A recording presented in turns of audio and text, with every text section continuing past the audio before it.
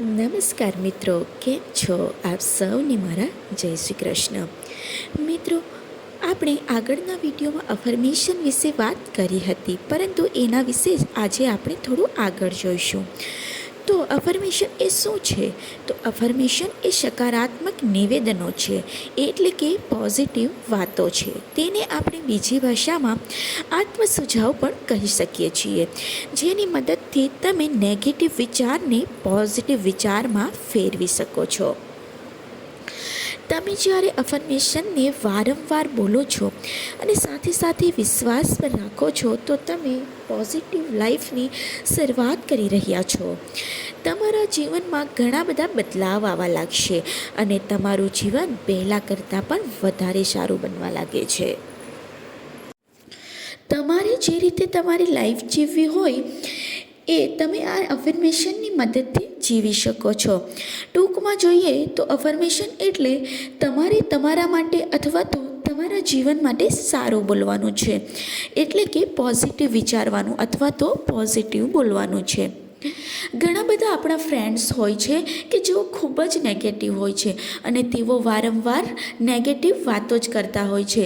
તેઓ એ વાતથી સાવ જ અજાણ હોય છે કે તેમના 90% પ્રોબ્લેમ તો તેમના આ નેગેટિવ વિચારના લીધે જ હોય છે.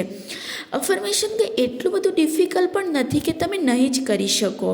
તમે કંઈ કામ કરતાં કરતાં પણ તે કરી શકો છો. હા, ખાલી બોલવાથી કશું નથી થવાનું, પણ એટલીસ્ટ તમે પોઝિટિવ તો રહેશો. અને આ અફર્મેશન બોલવાથી તમારું જીવન બદલવાનો એક નાનકડો માર્ગ ખુલે છે. અને જે તક આપણે એ જે નાનકડો માર્ગ ખુલે છે, તે તક આપણે ઝડપી લેવાની જરૂર છે. તેને જાણીને તેના પર કામ કરવાનું છે.